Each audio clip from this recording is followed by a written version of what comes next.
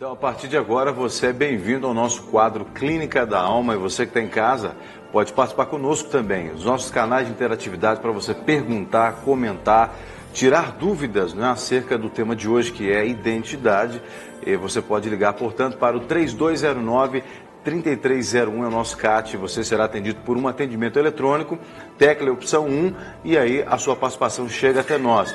Também pelo telefone ao vivo, 3253-3320, você pode falar diretamente com a nossa produção e ainda falar ao vivo aqui no ar conosco. Também nós temos o e-mail clinicadaalma@redesuper.com.br. Você não só pode comentar e perguntar sobre o tema em questão, mas também você pode sugerir temas para os nossos programas, o quadro que acontece todos os dias aqui no nosso programa. Além também do Twitter, @EstudoUmPoucoTV. Pastor Rogério Goulart, então, portanto, já está aqui conosco, não é? Também Marco Antônio, que vai compartilhar um pouquinho, né, Marco Antônio, do seu testemunho sobre o seu conflito de identidade, que a gente imagina que deve ter sido realmente significativo para você, e esse processo de transformação também. Mas antes de a gente ouvir um pouco do testemunho do Marco Antônio, a gente vai para algumas perguntas, né, que chegaram para nós. O Maurício vai registrar essas perguntas e a gente vai interagindo aqui com o pastor Rogério e também com o Marco Antônio. Vambora então, o pastor Rogério está meio abatido que o Grêmio dele empatou 0-0. Não era para lembrar disso. Mas tudo bem, não, é só para dar uma identidade. Ele já está na clínica da alma, que faz toda a diferença. Muito bem, é nesse clima de descontração que você pode mandar seu e-mail também, viu? Fica tranquilo, não é um quadro para todo mundo chorar apenas, não. Para contar os testemunhos alegres também, né, pastor? Claro. Pode mandar aí para o clinicadalma@redesuper.com.br os testemunhos também de vitória que a gente vai relatar aqui. A Ana, de Belo Horizonte, perguntou o seguinte: tenho uma filha de 7 anos, fui mãe solteira, hoje eu estou noiva em outro relacionamento. Sou cristã e o que posso fazer para minha filha ter uma identidade saudável? Ela não tem contato com o pai. Isso aqui é uma pergunta fantástica, ao meu ver, porque muitas famílias passam por isso. Não só no noivado, mas no casamento. Uma filha que veio de outro casamento, então chega um outro pai e essa crise, quem é meu pai? Isso interfere na criança. Interfere. E a primeira coisa que interfere na vida da sua filha, já que você foi mãe solteira, é que ela precisa passar por uma ministração, ser quebrado sobre a vida dela, a questão da condição de ser um filho gerado fora do casamento, ou seja, que a Bíblia chama de filho bastardo, né? E o filho bastardo tem algumas situações que ele vive debaixo de uma certa maldição, né, de rejeição, porque ela foi gerada num processo, ou seja, fora da cerca do casamento. Então ela fica suscetível a algumas coisas. Então ela precisa passar por essa ministração, ou seja, a gente pode orientar você nesse sentido, você pode entrar em contato conosco lá no Ministério, na Clínica da Alma, e aí a gente pode orientar você sobre isso, não é? Então, agora, o relacionamento dela com esse seu novo relacionamento, ou seja, com o seu noivo, esse é um processo, ou seja, de aceitação, ou seja, de interagir nesse relacionamento. Você tem que ter paciência, porque a tendência da criança, a partir dessa idade, 7, 8 anos de idade, ela começa a ter alguns sinais e dá alguns sinais de um pouco de insegurança. Ela vai precisar dessa aproximação com o pai, não é? E você vai precisar fazer essa ponte com o pai biológico e também esse relacionamento, né, com o seu padrasto, né, o padrasto dela. Então esse é um processo assim, de dependência de Deus mesmo, orar muito pela vida dela, e ela precisa passar por essa administração. Muito bom. Nós temos outra pergunta aqui de uma pessoa que não quis se identificar. Ela diz o seguinte: se a gente, sem Jesus ou com Jesus, já faz de tudo para que tudo que pode com os familiares, eles não querem mudar, devemos sair ou continuar? A palavra diz: sai da tua terra, da tua parentela, para a terra que eu te mostrarei. O que fazer nesses casos? É um caso também corriqueiro. Mas nós não podemos usar essa palavra para todas as circunstâncias. Aí foi uma palavra que Deus deu diretamente: sai da sua parentela. Se você não recebeu essa palavra de Deus, não a use para benefício próprio, o que pode trazer consequências para você. Então, assim, essa foi uma palavra expressa de Deus para Abraão, ou seja, específica, sai da tua terra. Se você não ouviu Deus falar com você a respeito disso, então faça isso. Você pode incorrer numa situação de dano para você lá na frente. Agora, você, como você disse, você já fez de tudo para os seus pais, para a sua família, como não cristã e como cristã, ou seja, e você não vê mudanças, ou seja, cuida para ver se você não mudou o seu nome para Espírito Santo. Se você mudou o seu nome para Espírito Santo, você está incorrendo no erro. Porque nós temos que fazer aquilo que está nas nossas mãos, mas nós precisamos confiar no Senhor, porque é Ele que vai fazer, é Ele que transforma o coração. A palavra de Deus diz que o coração do rei está na sua mão, Ele inclina para onde Ele quer, né? Então, nós temos que cuidar disso, nós temos que fazer a nossa parte, descansar em Deus, que é Deus que vai tocar o coração, é Deus que vai mudar a vida das pessoas. Então, faz a sua parte e entrega nas mãos do Senhor. Agora, isso você tem que descansar. Aliás, é uma das coisas corriqueiras também nas igrejas que a gente vê, a pessoa chega nova convertida e ela tem muitos vícios, muitas coisas que precisam mudar, como nós temos depois que a gente passa muito tempo na igreja.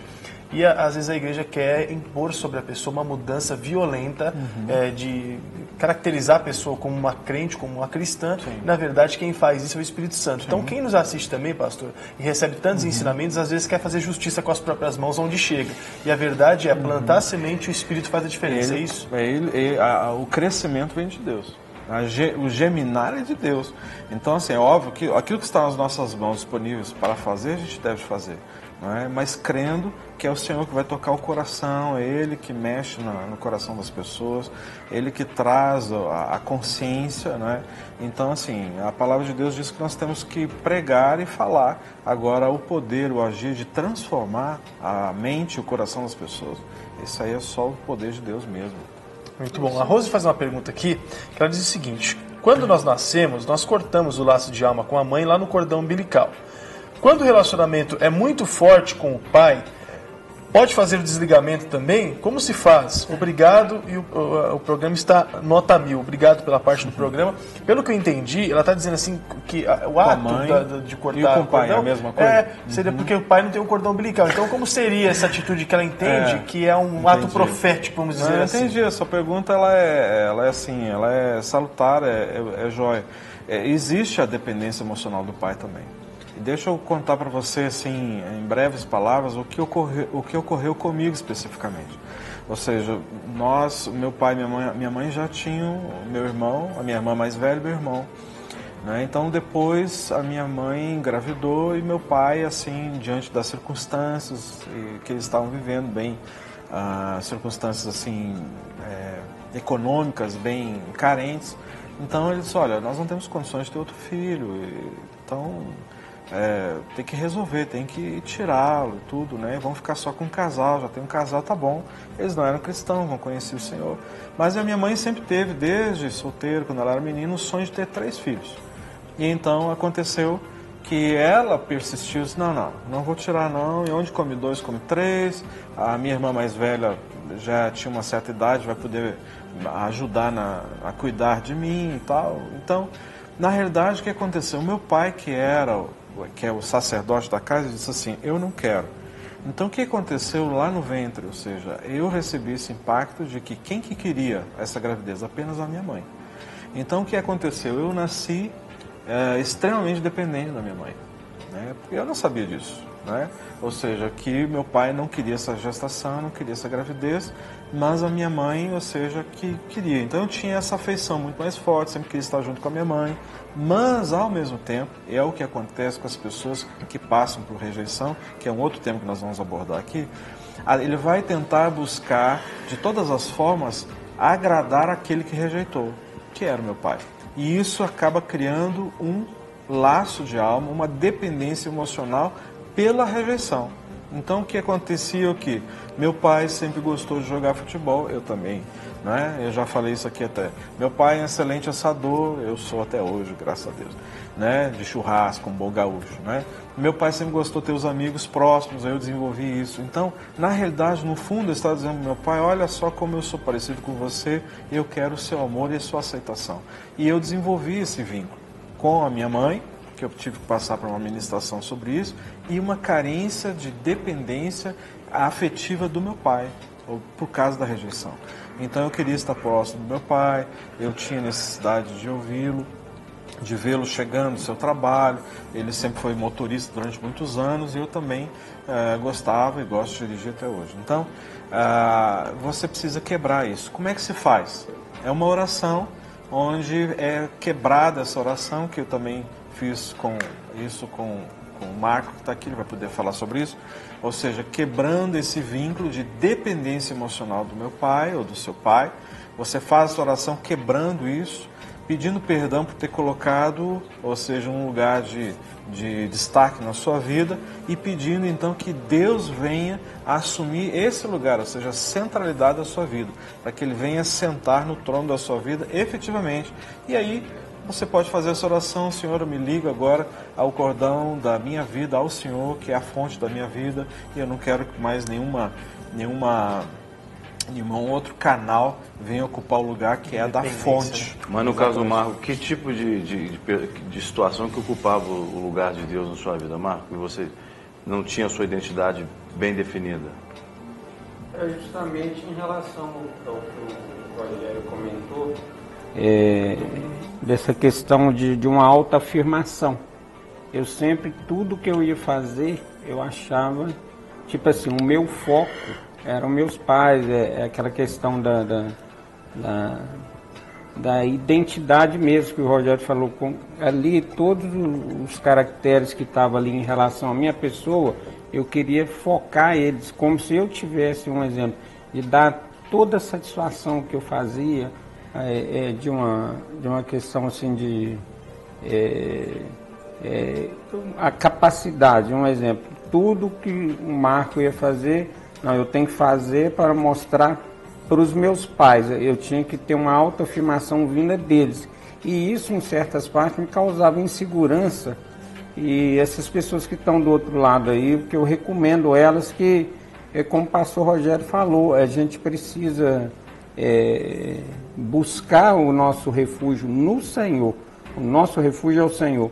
Até que com a graça de Deus, orando a Deus, buscando uma direção em relação de como eu desvencilhar desse cordão, né, que eu me sentia preso em relação à minha vida de uma forma geral.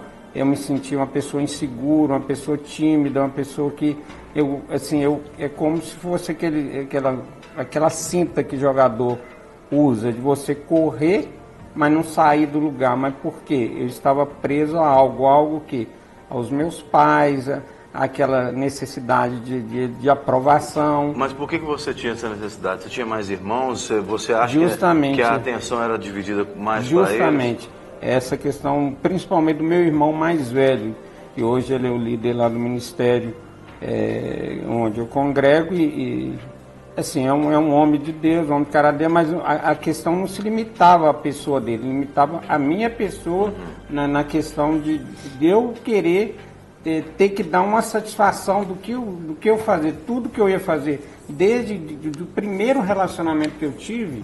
A minha identidade não era o Senhor, a minha identidade era ter que dar uma satisfação a eles.